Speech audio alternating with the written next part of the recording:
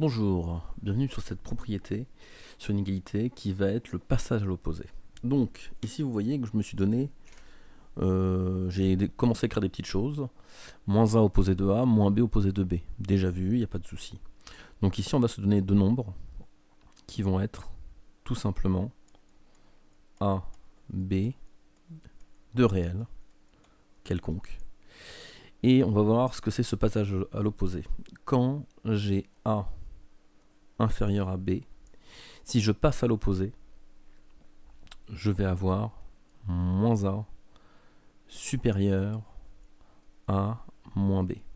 Ce passage à l'opposé, on pourrait se demander comment on le fait. Et bien on le fait tout simplement en multipliant par moins 1. Et si vous avez vu les autres vidéos, donc le fait de multiplier ou de diviser par un nombre négatif fait basculer le signe d'inégalité. Donc ici, en fin de compte, ça revient à dire que mon A il est multiplié par moins 1, et qu'ici mon B est aussi multiplié par ce même nombre qui vaut moins 1. Et donc je vais avoir cette chose là, je vais avoir ce changement d'inégalité, donc la bascule, et ça c'est très important. Donc ça, ce que j'ai écrit juste là, c'est un peu ce qui se passe automatiquement dès qu'on passe à l'opposé, l'inégalité va basculer. Alors maintenant on va faire ça avec un exemple, donc avec un petit exemple. Ça va être très simple, je vais me prendre deux nombres qui vont être, vous allez voir, il n'y a pas plus bateau, 1 et 2. Donc j'ai 1 qui est plus petit que 2. Ok. Donc pour bien voir les choses, donc on va le faire d'abord numériquement parlant, ensuite je le ferai avec un petit graphe, avec une petite échelle. Vous allez voir, c'est encore plus criant. Donc j'ai 1 qui est plus petit que 2. Si je multiplie par un nombre négatif, on m'a toujours appris que ça va changer le signe de l'inégalité. Donc je vais faire 1 fois moins 1. De toute façon, moi ce que je veux, c'est juste lui balancer un moins devant. Donc je multiplie par moins 1, ça c'est égal à moins 1. Le 2, pareil, je le multiplie par moins 1, c'est égal à moins 2. Et donc je me retrouve avec moins 1 à gauche, moins 2 à droite. Bien sûr, moins 2 est plus petit que moins 1. Donc moins 1 devient plus grand que moins 2. Et je viens de basculer le signe d'inégalité. Une chose très intéressante, c'est de passer sur un graphe, sur une demi-droite, sur une droite graduée plutôt, que je vais mettre de là jusqu'à là. Ça c'est pourquoi?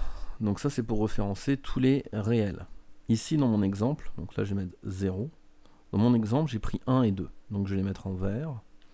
Ici, j'ai mon 1. Ici, j'ai mon 2. Et vu que je cherche leurs opposés, l'opposé de 1, c'est moins 1. Moins 1, il va se trouver ici. Et l'opposé de 2, c'est moins 2. Et c'est comme un thermomètre, c'est-à-dire que ici, plus je vais vers le haut, plus ce sont des nombres qui sont grands, plus je vais vers le bas, plus ce sont des nombres qui sont petits. Et ça, il ne faudra pas l'oublier, c'est très important. Donc, ici, ce que me donne cette chose-là, quand je vais trier les nombres en vert, ensuite je vais trier les nombres en rouge, avec une inégalité. Donc ici, je sais que 1 est plus petit que 2, et de l'autre côté, je vois que moins 1, moins 1, il se trouve être plus grand que moins 2. Et qu'est-ce qui se passe entre ces deux choses-là? C'est juste une multiplication par moins 1.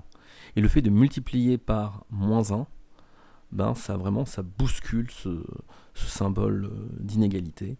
Donc ici, vraiment, en aller ou en retour, que je regarde dans un sens ou dans l'autre, c'est-à-dire que si je fais une multiplication par moins 1, que ça soit en allant du haut vers le bas, ou du bas vers le haut, voilà, j'ai besoin de basculer l'inégalité, c'est obligé. Votre inégalité ici, elle est obligée, vous êtes obligé de la basculer, sinon ça deviendrait totalement faux, incohérent, pas logique. Donc voilà, donc là vous voyez cette propriété de passage à l'opposé qui bascule votre inégalité, très importante.